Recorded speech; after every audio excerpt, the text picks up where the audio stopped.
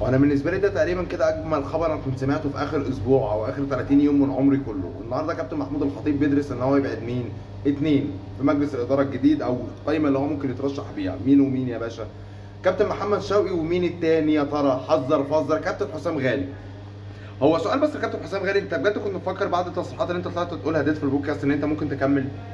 او ان انت مثلا كنت هتتحمل؟ مش هاجي اقول لك يا عم مشاكل الجمهور او كم الانتقادات اللي انت هتاخدها من الجمهور او الليله دي كده كلها، يا عم احنا غلابه ومالناش دعوه، احنا حيالله ناس على الميديا صوتنا ما بيتسمعش غير كل فين وفين. طب انت مفكر ان كان مجلس الاداره هيسيبك؟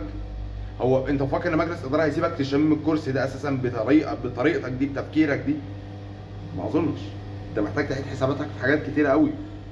عموما مبروك مبروك القعده بقى يا باشا، روح بقى شوف لك نادي تاني، شوف لك بقى وادي دجله، وادي ما اعرفش، المهم تشوف لك حاجه تاني غير الاهلي، لان ما اظنش انك هتشمها تاني، ولا حد من الاداره هيقبل، ولا احنا نفسنا كجمهور هنقبلك تاني.